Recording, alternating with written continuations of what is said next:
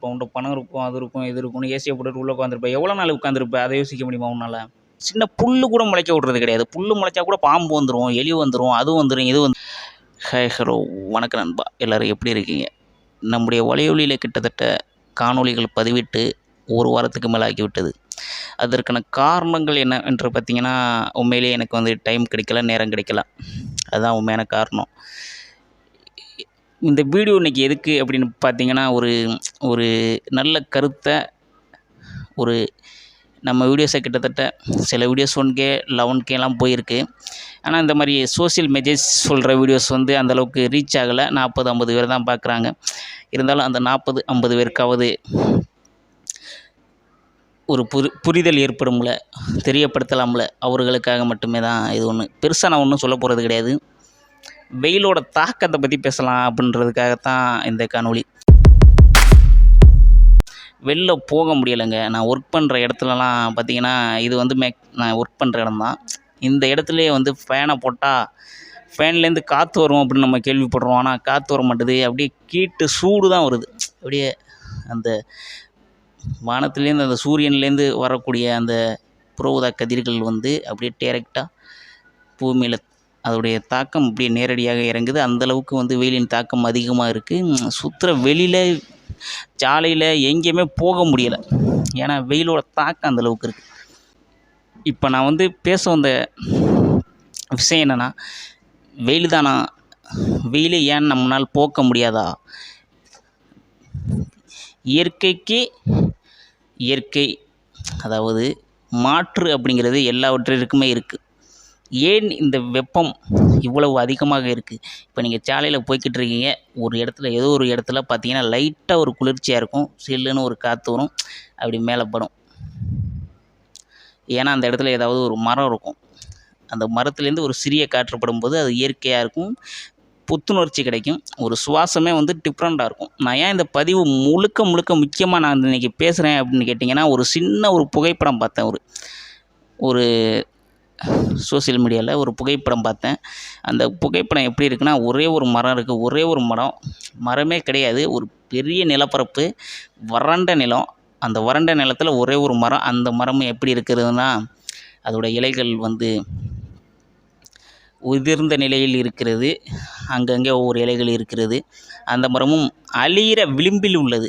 ஆனால் அந்த ஒரு மரத்தில் 1000 மக்கள் அப்படியே சுற்றி வேற நிற்கிறாங்க. ஏன்னா இயற்கை காற்று எங்கேயுமே கிடைக்கல. நம்ம மனிதர்கள் என்ன பண்ணுறாங்கன்னு பார்த்தீங்கன்னா, மரத்தை அழிச்சிட்டு வீட்டை கட்டுறாங்க. வீட்டை கட்டிட்டு வீட்டுக்குள்ளே ஏசியை போட்டுட்டு ஏசியில் உட்காருறாங்க. ஏசி காற்றை சுவாசிப்பதால் முழுக்க தீமைகள் தான். என்ன ஏற்படும்? ஆஸ்துமா ஏற்பட்டால் நம்ம செத்து போயிடுவோம், அவ்வளோதான். ஆனால் இந்த இயற்கை காற்றை சுவாசிக்கிறனால மனசுக்கும் இதமாக இருக்கும், புத்துணர்ச்சியாக இருக்கும். சாதாரணமாக ஒரு வேப்ப மரத்தை எடுத்துக்கங்க. அந்த வேப்ப மரத்தோட காற்றே மருந்து போல். அந்த காற்றை சுவாசிப்பதில் உடலுக்கு, மனதுக்கு, எல்லாத்துக்கும் ஒரு புத்துணர்ச்சி கிடைக்கும். சரி, நான் என்ன சொல்ல வரேன்னா, எதுக்காக மரம் வளர்க்க மாட்டீர்கள்? வீட்டில் சும்மா பார்த்தீங்கன்னா, இப்போ இந்த நிறையா பேர் என்ன பண்ணணும், சின்ன புல்லு கூட முளைக்க விடுறது கிடையாது. புல்லு முளைச்சா கூட பாம்பு வந்துரும், எலி வந்துரும், அது வந்துரும், இது வந்துரும் அப்படின்னு சொல்லிட்டு அந்த புல்லை செத்துறீங்க. ஏன்னா அந்த புல்லு அது பசுமையாக இருக்கும், அழகாக இருக்கும். அதை வெளிநாட்டில் போய் பார்த்தீங்கன்னா கார்டன் அப்படின்னு சொல்லிட்டு அந்த புல்லு மெத்தியே கார்டன் அப்படின்றாங்க. அது மேலே வந்து ஆளுங்க நடமாடுற இடம், போகிறது, அந்த யோகாசனம் பண்ணுறது, அது பெரிய பார்க்கு, அந்த மாதிரிலாம் ஆக்குறாங்க. ஆனால் இங்கே வந்து புல்லு முளைச்சாவே அதை வந்து செத்து எடுத்துடணும். புல்லு கில்லு முளைச்சிட போகுதுன்னு இந்த புதுசாக வீடு கட்டுறவங்களெல்லாம் பார்த்தீங்கன்னா என்ன பண்ணுறாங்கன்னா, புல்லு கில்லு முளைச்சிட போயிடுது அப்படின்னு சொல்லிட்டு அந்த மொத்த தரையிலையும் சிமெண்ட்டை போட்டு வச்சிடறாங்க. கேட்டால் எலி வந்துடும், பாம்பு வந்துடும் அப்படின்னு. எலி வருது, பாம்பு வருதுன்னா வீட்டில் ஒரு பூனையை வளர்க்க வேண்டியதானே? எல்லாத்துக்குமே மாற்று இருக்குங்க, எல்லாத்துக்குமே மாற்று இருக்குது. ஆனால் மனிதனோட அறிவு வந்து எந்த அளவுக்கு இருக்குது அப்படிங்கிறது தெரில. நாய் வளர்க்குறது கிடையாது, பூனை வளர்க்குறது கிடையாது, எதுவுமே வளர்க்க. கேட்டால் நாய் வளர்த்தா நாய் கடிக்கும், நாய் வந்து மனிதனுடைய ஆபத்து. அது எப்படி ஆபத்தாகும்? நீ எப்படி நடக்கிற முறையை பொறுத்து தான் அந்த நாயும் உங்ககிட்ட நடந்துக்கும். அது அதிகமாகுதுன்னா அதுக்கான கருத்தடை பண்ணணும். அது பண்ணுறது கிடையாது. தெருநாய்களை பிடிச்சி வண்டியை விட்டு ஏற்றுறது, கல்லிட்டு அடிக்கிறது, அந்த மாதிரியான ஏடக்கூடமான செயல்கள் தான் மனிதர்களாகி நம்ம செய்கிறோம். சரி, அது வேறு டாபிக். இருந்தாலும் இப்போ மரங்களை எப்படி வளர்க்கலாம்னா, கன்ஃபார்மாக ஒரு வீட்டுக்கு ஒரு 5 மரங்களாவது தன்னால் முடிந்த மரங்களை வளர்க்கலாம். இப்போ வந்து விதை எப்படி தயாரிக்கிறது அப்படின்னு கேட்டிங்கன்னா வந்து சில விதைகள் வந்து இயற்கையாகவே மண்ணில் ஊண்டி வச்சா வளர்ந்துரும். சில விதைகளை வந்து அப்படி ஊண்டி வைக்க முடியாது. இந்த வெளிநாட்டில் மட்டுமே இப்போ உதாரணத்துக்கு இப்போ பேரீச்சை மரம்லாம் எடுத்துக்கங்களேன். பேரீச்சை மரம்லாம் சும்மா அப்படி ஈச்ச மரம் மாதிரி வளரும். ஆனால் சிலது வளராது. சில விதைகளை வந்து நம்மளால முளைக்க வைக்க முடியாது. அதை எப்படி முளைக்க வைக்கணும் அப்படின்னு கேட்டிங்கன்னா, விதை எடுத்துக்கிறீங்க. விதையில நல்ல ஒரு பேப்பர் எடுத்துக்கிறீங்க. ஒரு ஒரு சாதாரணமான ஒரு நியூஸ் பேப்பரோ இல்லை ஏதோ ஒரு தாள் மாதிரி ஏதாவது ஒன்று எடுத்துக்கிறீங்க. எடுத்துக்கிட்டு அந்த விதையை சுற்றி வர நல்லா மடிச்சிடுறீங்க. மடிச்சுட்டு நல்ல ஒரு பெட்டி இருக்கும் பாருங்கள். அதாவது வந்து சூரிய ஒளியும் படக்கூடாது, வெளிச்சம் படக்கூடாது, காற்று படக்கூடாது, எதுவுமே படக்கூடாது. ஒரு சின்ன மரப்பெட்டியோ இல்லை ஏதோ ஒரு பாக்ஸ் மாதிரியோ அந்த பாக்ஸுக்குள்ள அந்த அந்த பேப்பரால் சுத்தப்பட்ட விதையில் தண்ணியை விட்டு, அதாவது ஸ்ப்ரே பண்ணுவோம் பார்த்தீங்களா, அந்த மாதிரி ஸ்ப்ரே பண்ணாலும் சரி, இல்லைனா அப்படி தொளிச்சாலும் சரி. அதாவது ரொம்ப ஈரமாக இருக்கக்கூடாது, ரொம்ப ஈரம் இல்லாமல் இருக்கக்கூடாது. அந்த மிதமான ஈரத்தோட ஒரு வாரம் காற்றே புகாமல் அந்த ஒரு வாரத்துக்கு ஒரு தடவை, அதாவது ஒரு நாளுக்கு ஒரு தடவை, 24 மணி நேரத்துக்கு ஒரு தடவை அந்த பெட்டியை திறந்து அந்த விதையை எடுத்து அந்த பேப்பர் மேலே தண்ணியை அப்படி நம்ம கிட்டத்தட்ட ஒரு 6 நாள் அல்லது 7 நாள் செஞ்சோம்னா, செஞ்சுட்டு ஒரு 7வது நாள் மொத்தமாக அந்த பேப்பர் அழகாக பிரிக்கணும், மெதுவாக பிரிக்கணும். இல்லைனா அதில் ஏன்னா உள்ளே வந்து வேர் விட்டுரும். அந்த வேர் வந்து போயிடும். அந்த வேரை போயிடாமல் அழகாக மெதுவாக பிரித்து எடுத்தோம்னா நமக்கு அந்த விதை வந்து மரக்கன்றை வளர்க்கலாம். அந்த விதையை நம்ம வந்து அழகாக பிரித்து எடுத்துகிட்டு, இல்லை பேப்பரோட அந்த விதையோட அந்த வேர்கள் வந்து சிலது டைம் ஒட்டியிருக்கும். அப்போ என்ன பண்ணணும்னா, அந்த மேலே உள்ள பேப்பரை மட்டும் தனியாக ஒரு சிசர் எடுத்துக்கிட்டு அப்படி தனியாக அப்படி கட் பண்ணிட்டீங்கன்னா வச்சுக்கோங்களேன். கட் பண்ணிட்டு அந்த கீழே உள்ளதை வந்து அப்படியே மண்ணில் பூமிக்கடியில் புதைச்சி வைக்கிறீங்க. நீட்டாக மரத்தை உருவாக்கலாம். மரம் வளர்ந்தால் குப்பைகள் கொட்டுது அப்படின்ற மாதிரிலாம் சிலவங்க வந்து குப்பையை கூட்ட முடியலை அப்படிங்கிறதுக்காக மரத்தை வெட்டிடுறாங்களாம். மரம் வளர்ந்தால் குப்பை கொட்ட தான் செய்யும். அதுதானப்பா இயற்கை. அதை விட்டுட்டு நீ பில்டிங் கட்டுற, கான்ட்ராக்ட் அது பண்ணுற, இது பண்ணுற அப்படின்னு ஏசியில் உள்ளே போய்ட்டு உட்காந்துக்கிற. ஆனால் வெயிலோட தாக்கத்தை பார்த்தியா? எங்கே இப்போ நீ வெயிலை போட்டு ஏசியை போட்டுட்டு உள்ளே உட்காந்துருப்ப. உன்ட்ட பணம் இருக்கும், அது இருக்கும், இது இருக்கும்னு ஏசியை போட்டுட்டு உள்ளே உட்காந்துருப்ப. எவ்வளோ நாள் உட்காந்துருப்ப? அதை யோசிக்க முடியுமா உன்னால்? 40 வருஷம் உட்காந்துருப்பியா? 50 வருஷம் உட்காந்துருப்பியா? 60 வருஷம் உட்காந்துருப்பியா? எப்படியா இருந்தாலும் ஒரு நாள் மேலே போயிடுவில்ல.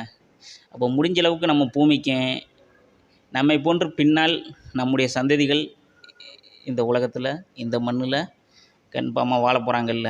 அவர்கள் நல்லபடியாக வாழணுமா இல்லையா? அதுக்கான சூழ்நிலையை வாழ்ந்து கொண்டிருக்கவங்க நம்ம உருவாக்க வேண்டுமா இல்லையா அப்படிங்கிறத சிந்திங்க. மரத்தை வெட்டாதீங்க, மரத்தை வளங்க.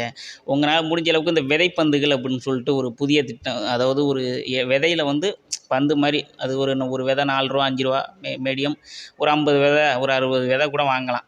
மிஞ்சி போனால் ஒரு 50 ரூபாய்க்கு வாங்கினோம்னா ஒரு 100 விதை கூட வாங்கலாம். ஏன்னா ஒரு விதை 10 ரூபாயா இருந்தாலுமே அந்த மாதிரி ஒரு 50 அந்த மாதிரி ஒரு 50 விதையோ 10 100 விதையோ நீங்கள் வாங்கிக்கிட்டு என்ன பண்ணுறீங்கன்னா, அப்படி வெளில போகும்போது அவுட்டில் போகும்போது, அதாவது எங்கே போட்டால் வளருமோ அந்த மாதிரி இடத்துல போடணும். சும்மா அதுக்காண்டி இந்த குருட்டாம்போக்குத்தனமாக ரோட்லேயும் கிட்டலேயும் இந்த தார் ரோட்டில் போகும்போது தார் ரோட்டில் போட்டிங்கன்னா இங்கே வளராது. அப்போ என்ன பண்ணணும்னா, அவுட்ரு போறியா, ரொம்ப அவுட்டரில் போறியா, அப்போ அந்த மாதிரியான இடத்துல அப்படி மண்ணில் அப்படி தூவி விட்டீங்கன்னா அப்போ அதுவே வந்து மரங்கள் தானாக உருவாகும்.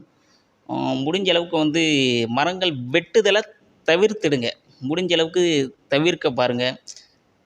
சில வீட்டிலலாம் பார்த்தீங்கன்னா மரம் வந்து அந்த பில்டிங்குக்குள்ளே போகிற மாதிரி இருக்கும். அப்போ என்ன பண்ணுவாங்கன்னா, அந்த மரத்தை விட்டுட்டு அதை சுற்றி வர வந்து என்ன பண்ணுவாங்கன்னா, அப்படி கான்ட்ராக்டு அது அந்த இது போட்டிருப்பாங்க. அந்த பில்டிங்கோட அமைப்பை அப்படி மாற்றி அமைச்சிருப்பாங்க.